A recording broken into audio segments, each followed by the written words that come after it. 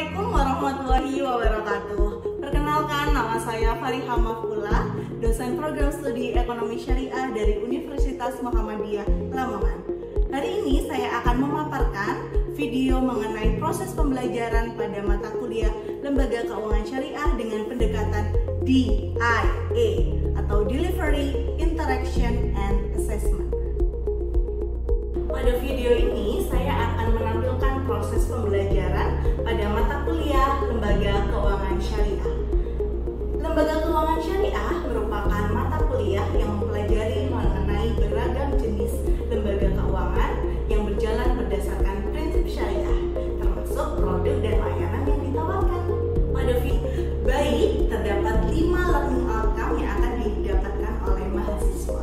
Yang pertama, mahasiswa mampu memahami konsep dasar dan regulasi pada lembaga keuangan syariah.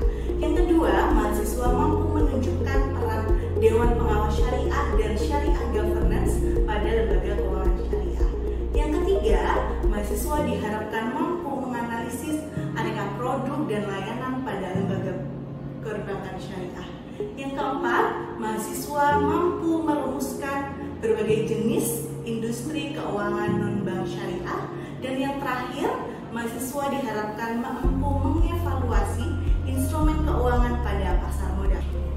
Terdapat 14 materi pada perkuliahan ini. Yang pertama adalah konsep dasar dan regulasi lembaga keuangan syariah. Yang kedua adalah Syariah Governance. Yang ketiga dan keempat membahas mengenai lembaga perbankan syariah, dimulai dari Bank Umum Syariah, Unitusan Syariah, dan Bank Perekonomian Rakyat Syariah.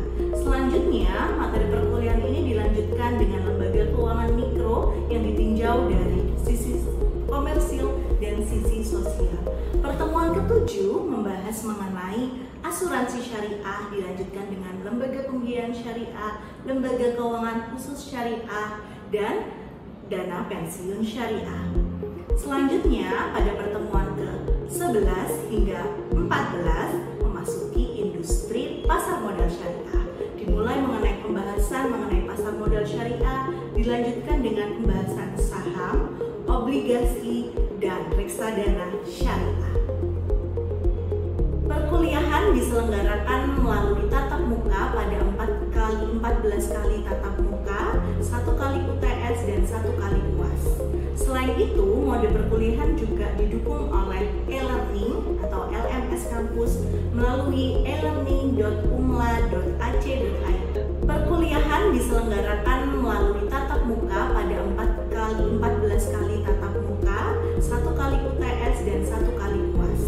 Selain itu, mode perkuliahan juga didukung oleh e-learning atau LMS Kampus melalui elearning.umla.ac.id. Metode pembelajaran yang digunakan pada mata kuliah ini adalah ceramah, diskusi, dan tanya jawab. Selain itu, metode pembelajaran yang lainnya adalah discovery learning, di mana penugasan untuk mahasiswa mengidentifikasi BMT di Kabupaten Lamongan. Selain itu, ada juga pembelajaran collaborative learning, yakni kolaborasi antar mahasiswa dan juga mahasiswa dengan saya sebagai pengajar. Selain itu, yang ketiga ada juga metode simulasi seperti menghitung dana pensiun syariah ataupun discovery learning melalui analisis produk dan layanan pada beberapa lembaga keuangan syariah. Selain itu, interaksi antara saya sebagai fasilitator dan juga mahasiswa secara umum dilaksanakan secara tatap muka langsung, baik pada pertemuan maupun pembimbingan penugasan. Selain itu, interaksi tidak langsung dilakukan melalui media LMS atau e-learning milik kampus dan juga WhatsApp group. Selanjutnya, untuk evaluasi pada mata kuliah ini terdiri dari penilaian UTS sebesar 30%, penilaian UAS sebesar 30%, penugasan 30%, dan 10% keaktifan di dalam kelas. Bentuk evaluasi penilaiannya beraneka macam, ada melalui kuis, penugasan, project based learning, dan lainnya.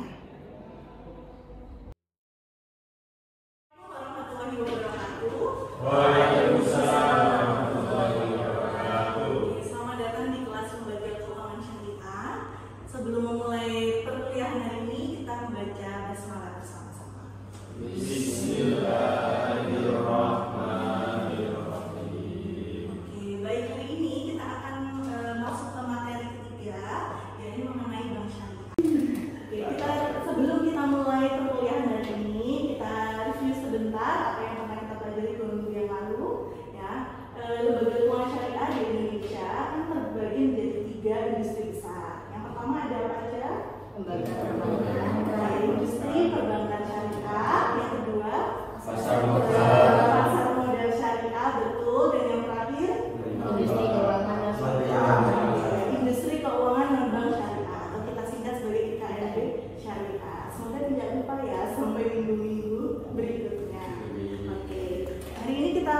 saja kita akan mulai pembahasan mengenai bank syariah. Ngomong-ngomong tentang bank itu kan banyak banget jenisnya. Ya, kalau misalnya secara umum dari berdasarkan fungsinya itu terbagi menjadi bank sentral, bank umum, dan juga BPR atau kita kenal sekarang sebagai bank perekonomian rakyat. Sedangkan kalau kita ngomongin tentang bank syariah, ya secara bentuknya dan juga kepemilikannya itu terbagi menjadi dua. Ada bank umum syariah dan unit usaha syariah. Apa bedanya? Ada yang bisa menjelaskan? Oke. Kalau unit itu kan, kalau bahasanya itu anaknya dari satu bank. Kalau emang syariah itu memang pure dari syariahnya itu sendiri. Oke, betul sekali Rahim. Jadi alhamdulillah masih mengingat ya sisa-sisa kenangan masa lalu. Ya, jadi kalau bank umum syariah itu memang dia berdiri ya pure 100% dari syariah gitu. Kalau unit usaha syariah seperti yang sering saya bilang ya, berarti dia memiliki parent atau memiliki orang tua yang konvensional, kemudian membuat satu unit yang syariah. Begitu. Kalau di Indonesia sendiri masih ada yang bentuknya BUS dan juga ada yang UUS. Kalau ada yang UUS itu sebenarnya manfaatnya adalah untuk merangsang pertumbuhan industri perbankan syariah, sehingga pemain di dalam perbankan syariah itu nggak gitu aja. Jadi ada berbagai macam pihak gitu. Oke. Nah, kalau misalnya kita ngomongin tentang undang-undang, jadi alhamdulillah pada tahun 2008 untuk landasan hukum dari bank syariah itu sendiri sudah ada Undang-Undang Nomor 21 Tahun 2008. Ya. Kalau menurut definisi dari undang-undang ini mengatakan bahwa bank syariah adalah bank yang berdiri ya secara operasional itu sesuai dengan prinsip syariah, atau prinsip syariah berarti hukum Islam ya. Tidak ada pelarangan, tidak ada aktivitas yang berbasis maisir, zulolah, riba dan sebagainya. Oke, nah kalau misalnya kita lihat di sini ya, mengenai bank syariah itu ada fungsi utamanya adalah sebagai intermediasi keuangan.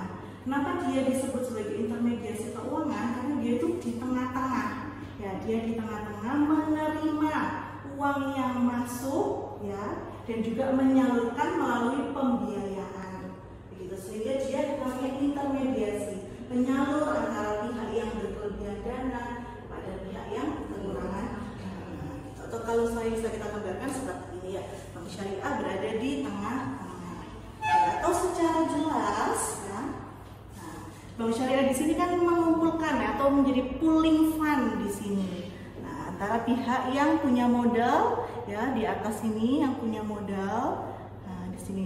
Kemudian dalam bentuk simpanan ya. Jadi produknya kalau simpanan ada tiga, ada tabungan, ada giro, dan juga ada deposito atau tabungan berjangka. Kemudian disetorkan atau disalurkan melalui pembiayaan. Kalau di konvensional kita menyebutnya sebagai kredit ya. Kalau di syariah kita menyebutnya pembiayaan. Kita akan nanti melihat ya apa saja produk-produk yang ada pada bank syariah. Sebelum kita masuk ke dalam produk-produk, nah kita melihat terlebih dahulu ya regulator yang terkait pada bank syariah. Yang pertama ada OJK ya, Otoritas Jasa Keuangan, ada juga Bank Indonesia. Nah, itu fungsi perbedaan antara OJK dan juga Bank Indonesia ada di dalam skup pengawasannya. Kalau di Bank Indonesia itu dia mengawasi secara makroprudensial. Nah, makroprudensial kenapa? Karena Bank Indonesia kan fungsi utamanya itu untuk mencapai dan memelihara nilai rupiah kan pada dasarnya. Tapi dia memiliki fungsi-fungsi yang lain. Nah, fungsi yang berhubungan dengan stabilitas sistem keuangan, berhubungan dengan layanan pembayaran, dan juga berhubungan dengan yang terakhir adalah berhubungan dengan apa namanya, ada ingat nggak? Stabilitas sistem keuangan moneter. Nah, semuanya kan berhubungan dengan objek dari bank syariah itu kan sebenarnya dengan uang ya. Pasti Bank Indonesia akan mengawasi, misalnya melalui pengetatan giro wajib minimum, ya kan, giro wajib minimum juga salah satu bentuk instrumen moneter. Masih ingat nggak? kalian ada disinggung di mata kuliah moneter ya. Nah, kalau OJK itu adalah fungsinya sebagai pengawasan mikroprudensial, jadi lebih detail lagi, lebih lihat operasionalnya, gak cuma melihat dari 3 fungsi tadi yang Bank Indonesia, tapi melihat gimana dari segi modalnya. Nah, apakah bank syariah itu lagi sehat atau enggak, kualitas pembiayaannya itu lancarkah dalam DPK atau kurang lancar, upaya apa yang sudah dilakukan oleh bank syariah, itu semuanya diawasi oleh OJK. Jadi lebih teknis ya kalau OJK itu. Kemudian selain itu, kalau dari aspek syariah ya, ada namanya Dewan Syariah Nasional, Majelis Ulama Indonesia (MUI), atau perpanjangan tangan dari DSN MUI yang mengawasi satu persatu dari bank syariah melalui DPS atau Dewan Pengawas Syariah. Jadi setiap bank syariah ada Dewan Pengawas Syariah yang memastikan bahwa bank syariah ini berjalan sesuai dengan prinsip syariah, ya, tidak melanggar apa yang sudah difatwakan oleh DSN MUI.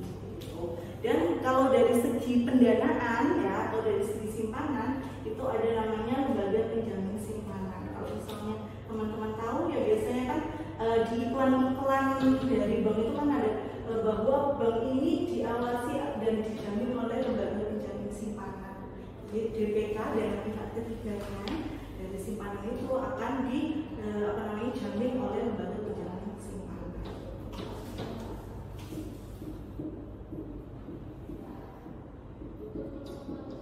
Kita masuk ke produk penghimpunan dana bank syariah ya. Kalau misalnya kita pengen melihat produk pendanaan dan juga pembiayaan, kita enaknya itu melihat dari sisi neraca. Ya, kita lihat neraca dari bank syariah. Nah, neraca bank syariah di sini ada aset, kemudian ada kewajiban,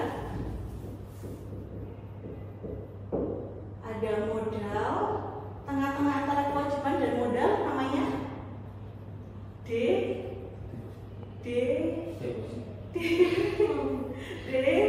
dana syirka temporer. Itu ada dosennya di sini. Nah, kan ada dana syirka temporer ya namanya. Nah, kalau misalnya kita produk pembiayaan ya, produk pembiayaan dari bank syariah itu masuknya adalah di sisi aset. Jadi semua pembiayaan yang dimiliki oleh bank syariah itu masuknya adalah di sisi aset. Nah, sedangkan simpanan ya, tadi simpanan kan terbagi menjadi 3 ya. Ada giro, ada tabungan, ada tabungan berjangka atau deposito. Ketiga produk ini ya tersebar ke dalam DST dan kewajiban. Nah, yang menggunakan apa saja sih yang masuk kewajiban, apa yang masuk DST, itu tergantung dengan akadnya. Yang pertama yang masuk simpanan itu adalah produk-produk yang menggunakan akad wajiah. Jadi seperti yang bisa menggunakan akad wajiah adalah tabungan wajiah dan giro wajiah. Wadiahnya pakai wadiah yang domanah apa ya amanah? Betul ya domanah. Kalau yang amanah nggak bisa diapa-apain kan? Jadi kalau wadiah menggunakan akad titipan. Nah, pemegang tabungan atau giro wadiah itu bisa mengambil uangnya kapan saja atau on call. Jadi misalnya DPK-nya wadiah ini punya uang 100 juta, berarti kapan saja dia mau ambil uang 100 juta itu bank syariahnya itu harus ready. Nah, yang apa yang masuk di DST ini adalah tabungan-tabungan berbasis syirka. Ya, biasanya kita ada mudok, ada tabungan mudok.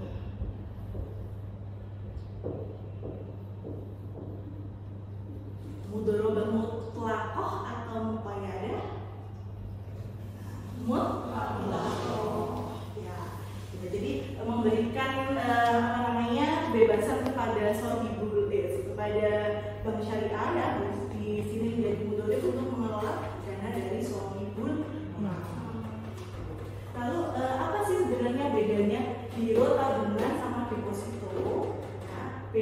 adalah kalau giro dan tabungan, giro itu ngambilnya itu harus menggunakan instrumen seperti cek, biliar giro. Nah, nanti teman-teman juga pada saat praktikum besok ya, berarti kalau ada tabungan giro, ngambil uangnya atau memindahkan uangnya itu harus menggunakan alat pembayaran tertentu seperti cek dan juga biliar giro atau kita sebut biasanya BG. Ya. Sedangkan kalau tabungan, nah tabungan biasa itu fitur bisa diambil kapan saja ya. Dan kalau misalnya tergantung dia lagi pakai WDA atau mudoroba. Kalau misalnya dia pakai WDA, ya misalnya pakai mudoroba, dia di sana itu akadnya kan investasi sebenarnya. Nah, jadi dananya itu ada kemungkinan untuk berkurang. Oleh karena itu dia itu nggak masuk dalam kewajiban bank. Maksudnya itu dana syarikat temporer. Karena bank nggak punya kewajiban untuk mengembalikan. Betul. Jadi bank di sini tidak sebagai bank ya. Bank itu sebagai mudorib. Nah, nasabahnya, nasabah DPK-nya bertindak sebagai sohibul. Kalau ngambil, nah, atau ngambil pakai ATM bisa, pakai buku tabungan juga bisa. Gitu. Kalau tabungan berjangka atau deposito, nah, pengambilannya menurut kurun waktu tertentu, 1 bulan, 3 bulan, 6 bulan, 9 bulan, 12 bulan, kemudian dapat lipat panjang. Sampai sini ada pertanyaan? Ingin segera. Kita lanjut ke dalam ini ya, penjelasan saya secara jelasnya nanti bisa dibaca di dalam slide saya yang sudah saya share di e-learning. Saya cek tadi teman-teman masih aktif di dalam e-learning kelas ya. Terus kemudian produk pembiayaan. Nah, pembiayaan ini ada macam-macam berdasarkan akadnya. Ada pembiayaan murobahat, ada pembiayaan istisna, ada pembiayaan ijaroh, IMBT, kemudian mudoroba dan musyarakah. Jadi pembiayaan itu terpecah berdasarkan jenis akadnya. Akad jual beli, akad kerjasama, akad sewa. Gitu. Ya. Oke, selain bank syariah itu menjadi lembaga intermediasi keuangan yang menerima dana dalam bentuk simpanan juga menyalurkan dalam bentuk pembiayaan, bank syariah juga bisa mendapatkan keuntungan atau menerima jasa keuangan lainnya. Nah, kira-kira selain simpanan dan juga pembiayaan, biasanya bank syariah ngapain aja? Jasa apa kira-kira? Tapi itu kan simpanan.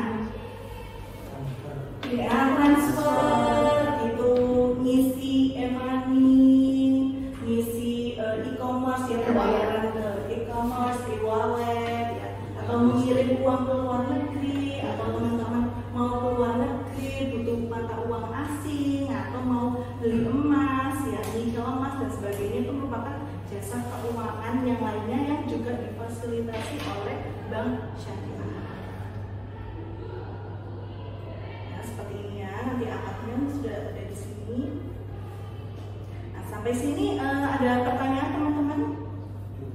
Tidak ada. Nah, kalau tidak ada, biar semakin menguasai tentang produk-produk dan akad-akad yang ada pada bank syariah, sekarang teman-teman bisa berkelompok 2-3 orang ya, untuk menganalisis produk pada satu bank syariah. Silakan nanti teman-teman pilih ya dari bank syariah mana, bisa dilihat dari website perusahaannya, dari laporan tahunan. Nah, teman-teman coba eksplorasi dan identifikasi mana yang termasuk produk pendanaan, mana yang termasuk produk pembiayaan, atau bisa disebutkan juga jasa keuangan yang lain. Oke, silakan berdiskusi.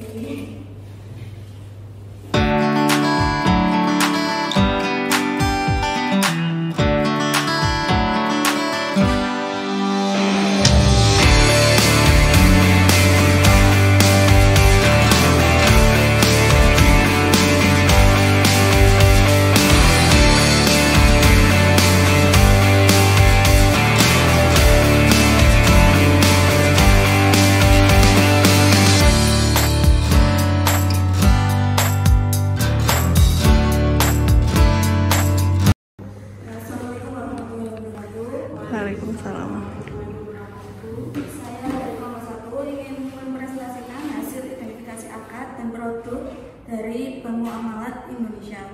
Yang pertama, untuk produk pendanaan ada tabungan IB Haji yang menggunakan akad wadiah. Yang kedua, tabungan IB Hijrah Falas yang menggunakan akad wadiah. Dan yang ketiga, tabungan IB Hijrah Haji yang menggunakan akad wadiah ya domana. Yang keempat, tabungan IB Haji Rencana yang menggunakan akad mudharabah dan mutlaqah. Yang kelima yaitu tabunganku IB yang menggunakan akad wadiah ya domana. Selanjutnya untuk produk pembiayaan atau financing produk, yaitu yang pertama KPR IB Muamalat menggunakan akad mudharabah dan murabahah musyarakah dan tanasiko. Dan yang kedua IB Muamalat multiguna menggunakan akad murabahah dan ijarah. Yang ketiga IB Muamalat koperasi karyawan. Yang keempat pembiayaan kendaraan bermotor. Dan yang kelima IB modal kerja reguler. Nah, di sini untuk produk pembiayaannya itu beberapa ada yang tidak dijelaskan menggunakan akad apa.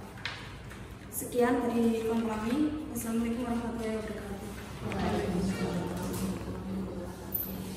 Oke, tadi kan tadi Martina sempat menyebutkan nama produknya itu dimulai dari kata IB ya kan, jadi tulisannya I kecil, B-nya besar. Nah, itu kode-kode kodifikasi untuk produk-produk yang syariah itu memang dia kayak Islamic kayak gitu. Jadi yang membedakan dengan produk-produk yang konvensional. Yang selanjutnya kelompok 2 dulu. Kelompok 2. Oke, diwakili sama Revo ya. Assalamualaikum warahmatullahi wabarakatuh. Waalaikumsalam warahmatullahi wabarakatuh. Ini saya dari kelompok 2 untuk terkait di Bank Syariah Indonesia atau biasa kita kenal dengan Bank BSI. Di sini di produk di Bank Syariah ada Gadai Emas BSI Mobile, yang kedua ada BSI Payment Point, terus yang ketiga ada BSI Mitra Guna Online, terus yang keempat ada BSI Mitra Guna Berkah, dan yang kelima ada BSI Mitra Modal Kerja.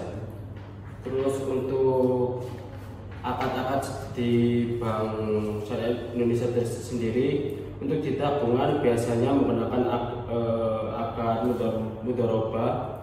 Terus yang di giro itu ada akad wadiah yang dimana menggunakan 2 akad. Yang pertama wadiah ayat amanah dan wadiah ayat domana. Terus yang di deposito menggunakan akad mudharabah.